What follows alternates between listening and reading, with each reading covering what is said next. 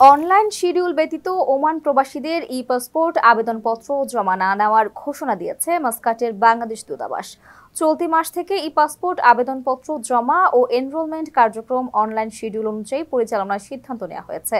রোববার বাংলাদেশ দূতাবাসের পাসপোর্ট ও visa উইংয়ের councillor Rowshan আরা পলি স্বাক্ষরিত এক বিজ্ঞপ্তিতে এ তথ্য জানানো হয়। যদিও কনসুলার ট্যুরের ই পাসপোর্ট আবেদন এ আদেশের আওতা বহির্ভূত থাকবে। বিজ্ঞপ্তিতে বলা হয়, আগামী 19 মে বাংলাদেশ দূতাবাস মাস্কাটে ই পাসপোর্ট আবেদনপত্র জমা ও এনরোলমেন্ট কার্যক্রম অনলাইন শিডিউল অনুযায়ী চলবে।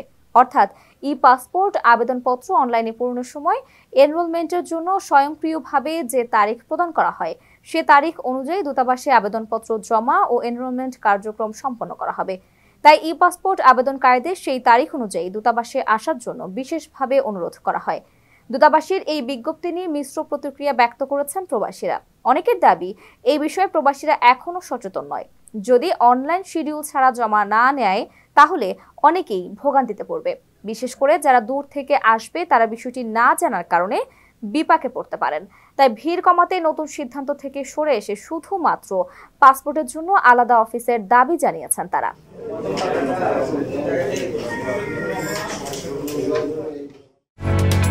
ওমানের সেরা রেট দিচ্ছে বাংলাদেশি প্রতিষ্ঠান গালফ এক্সচেঞ্জ। প্রিয়জনকে টাকা পাঠাতে আজই আসুন আমাদের যে কোনো ব্রাঞ্চে অথবা কল করুন স্ক্রিনে দেয়া নাম্বারে। গালফ এক্সচেঞ্জ, বাংলাদেশিদের প্রিয় এক্সচেঞ্জ।